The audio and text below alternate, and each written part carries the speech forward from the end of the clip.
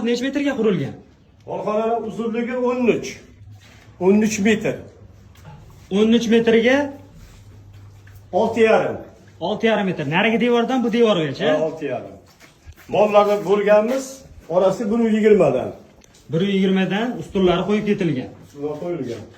Endi tagiga ham qarang, mol yotganda orasida dimoxotlari bor. Havo aylanib turish uchun Aylanib turadi. sharoitlar qo'yib ketilgan ekan bu yerda. Tepasiga ham demoxot qo'yganmiz tog'a. Buni keyin qildik. Mana hozir yo'qoraymi endi?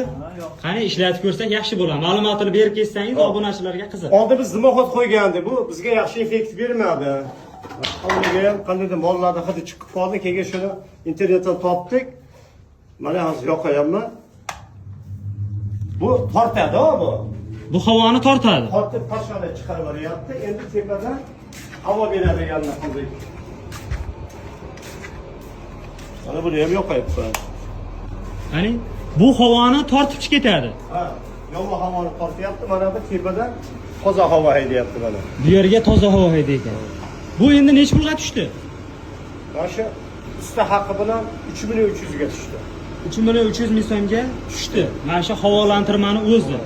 Mana ortiqcha hid yo'q molxonada. Toza turaveradi. Pasha yo'q.